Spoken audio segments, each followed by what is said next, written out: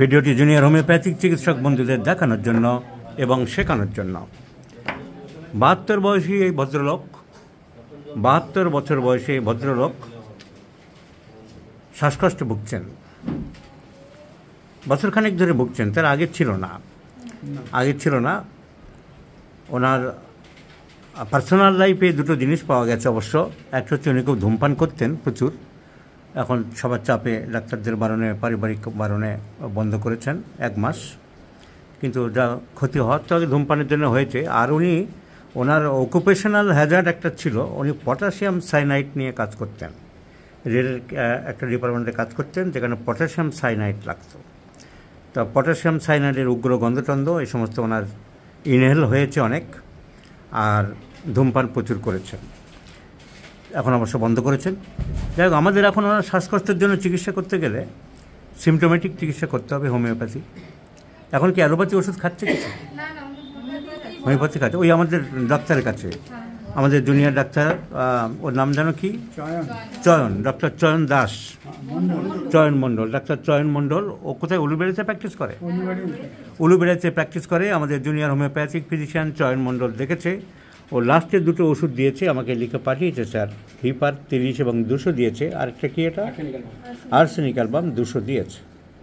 এখন সাজেশনের জন্যে যারা সিরিয়াস ডাক্তার, রোগীকে ভালোবাসে, রোগীর ভালো চায়, তারা সবসময় চায় যে আমার সিনিয়রের সাথে আলোচনা করে নিই, কনসাল্ট করে নিই।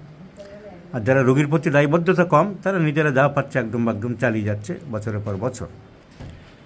তো আমরা কি দেখলাম, ওনার শ্বাসকষ্টটা বিকালের দিকে বাড়ছে। কটার দিকে বাড়ে তপনবাবু?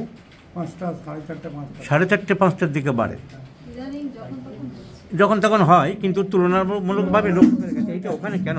ওই টাইমটা 4:30 থেকে শুরু হবে। তো 4:30 থেকে 5টার মধ্যে ওনার আরম্ভ হয়। কতক্ষণ থাকে বাড়াবাড়িটা? 3 ঘন্টা থাকে। একদম পরিষ্কারভাবে ক্লাবেটামের মডালিটি মনে পড়ে যায়। 4টে, 4:30 থেকে আরম্ভ হচ্ছে, ঘন্টায় 2-3 থাকে, মানে 8টা, 8:30, 9টা পর্যন্ত থাকে। তাহলে মাথায় থাকলো আমাদের ক্লাবেটাম।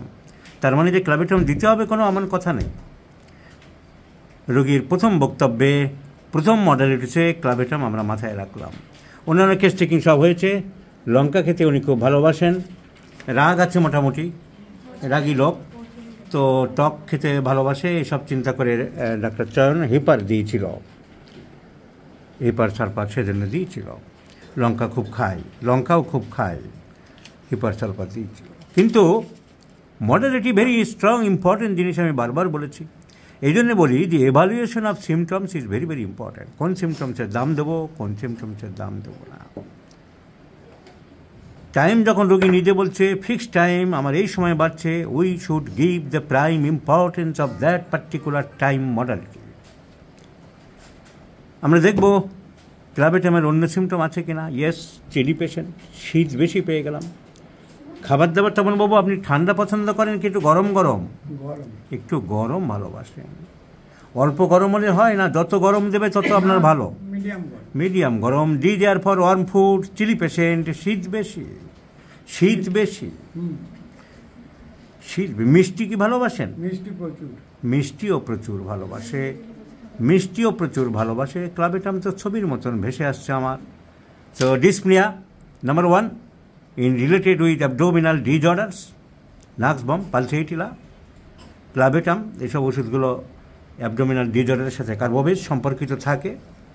নাম্বার 2, ডিজায়ার ফর সুইটস, মিষ্টি খুব ভালোবাসে। Number 3, the strong modality aggravates at afternoon within 4 to 8-9 p.m. Next important symptom is he is irritable, রাগ বেশি। লাইকোপোডিয়াম পেশেন্টদের রাগ বেশি হয়, জেদি হয়, একগুঁয়ে হয়, নিজের মত থেকে প্রাধান্য দিতে চায়। আপনারা তো বাড়ির লোক, আপনারা বলুন যে উনি কাজকর্ম চিন্তা ভাবনা ডিসিশনটা নেবেন সবার সাথে আলোচনা করে ঠিক করেন, না আলোচনা করলেও নিজে যেটা বোঝেন ফাইনাল সেটাকেই ফাইনাল করেন, করেন, কিন্তু উনি নিজের ডেটটা বজায় রাখার চেষ্টা করেন। আপনার তখন মনে হয় যে আমার ডিসিশনটাই ঠিক আছে, এটাই মনে হয়। সো ফার্ম ডিসিশন নিজের উপরে উনি নিতে চান এবং নিজেরটাকে সঠিক মনে করেন। This strong headstrong mentality belongs to clavatum. So these are for one food, these are for sweets, aggravations at afternoon, categorical time within 4 to 8 p.m., irritable temperament, dogmatic mentality, dyspnea related with the abdominal disorders, flatulence, erections, etc. So definitely all symptoms go in favor of clavatum, and clavatum is the choice of medicine. Doctor চয়ন আপনাদের যে ওষুধ দিয়েছে খুব ভালো চিকিৎসা করেছে, আর ওর সাথে যোগাযোগ রাখবেন। এরপরের যে ওষুধ লাগবে সেটা আমি দিয়ে দিচ্ছি, এখন আরও ইমপ্রুভ হবে। আপনাদের ভিডিওটা ডাক্তারদের শেখানোর জন্য তোলার পারমিশন দিয়েছেন, সেজন্য আপনাদেরকে আমি অসংখ্য ধন্যবাদ জানাই।